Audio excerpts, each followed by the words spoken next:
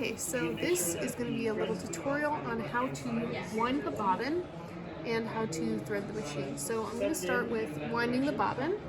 So you're going to need your spool of thread and the bobbin. And notice you want to turn the machine off. This is the on and off switch before you start winding. So I'm going to take thread and I'm going to put the spool onto the pin at the top and then grab the little cover. If the cover's on, just take it off and put it back on. And then this should not be coming off. So you can also always follow the tutorial that is here. It has a little reminder in case you ever forget how to do it. So we're going to take it through this metal piece. It should go underneath this metal piece here and around. Right, so it's going like that through this middle piece. Then we should have the thread, and we're going to take it and then put it through the hole on the bobbin. See, little hole on the bobbin?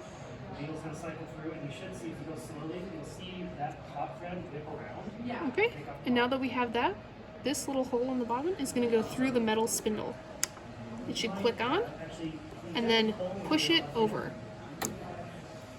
It has to push over in order for it to wind. Another issue that I see a lot of people doing is they let this hang. You don't want to let this hang. It won't wind correctly. Okay, so now that we have this pulled taut and this has been pushed over, I'm going to turn on the machine. The light should turn on. And now I'm going to press the presser foot located underneath every machine. And I'm just going to gently press it until it starts to spin.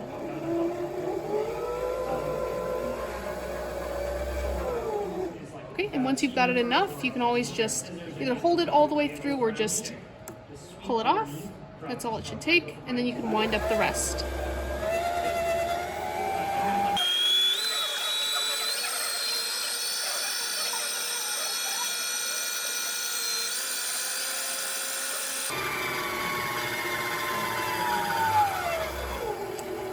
Okay, so now you should see that the bobbin is pretty full, pretty wound up. When it gets to this edge, when the edge of the thread on the bobbin has met this piece right here, then you should know that you are good and that you are done. So then you just push it off. It should make a little click and you can pull it off, and there you go. You've wound the bobbin, and all you need is to just snip this thread off. I just snap it, and there you go. Now we can move on to threading the machine. Set the bobbin aside. Just set it aside. We don't need it right now.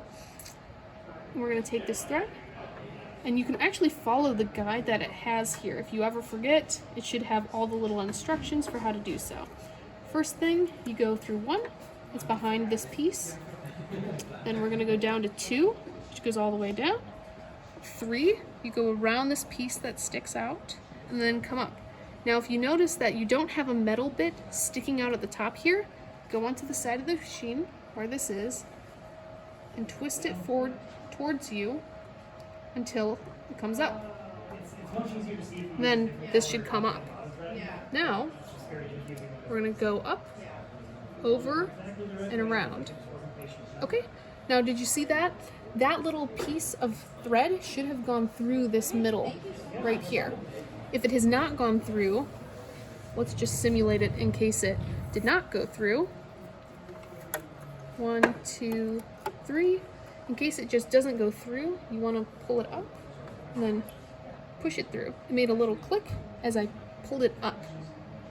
If the thread is not through this hoop, then you may need to rethread because it has to be through that little hole in order for the sewing machine to work. Then we're going to continue going all the way back down to 5, which goes down, and now we're going to go underneath the machine. I'm going to turn it off for this part because my fingers are going to be near the needle. So, now this is the harder part. It needs to go through this hook right here.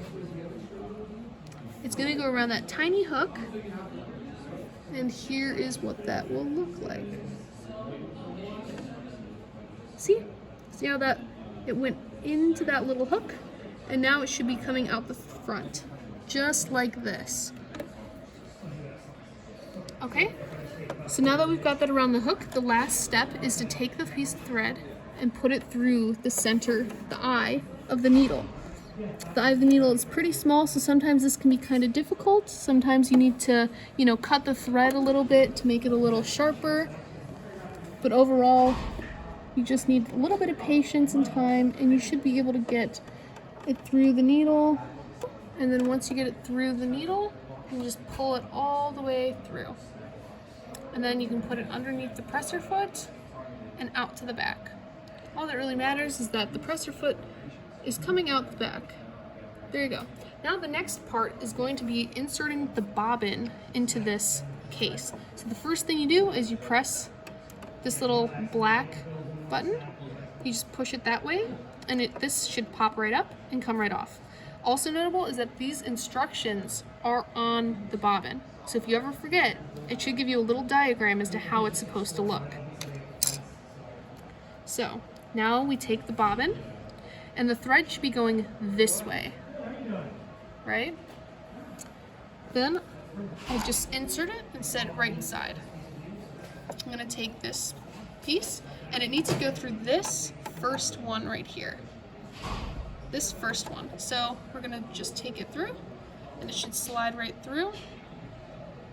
There you go. And that's it.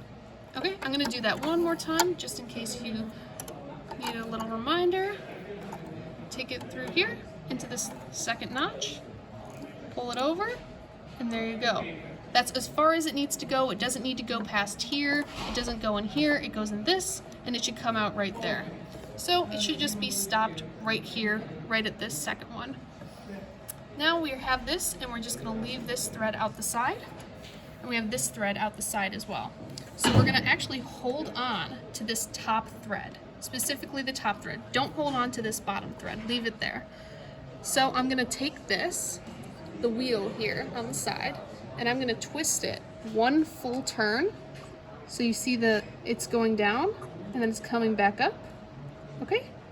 And what you saw just there was the top thread coming in around the bottom and catching the bottom thread. So now I just pull on this gently, and there should be a tiny loop that has come out from underneath.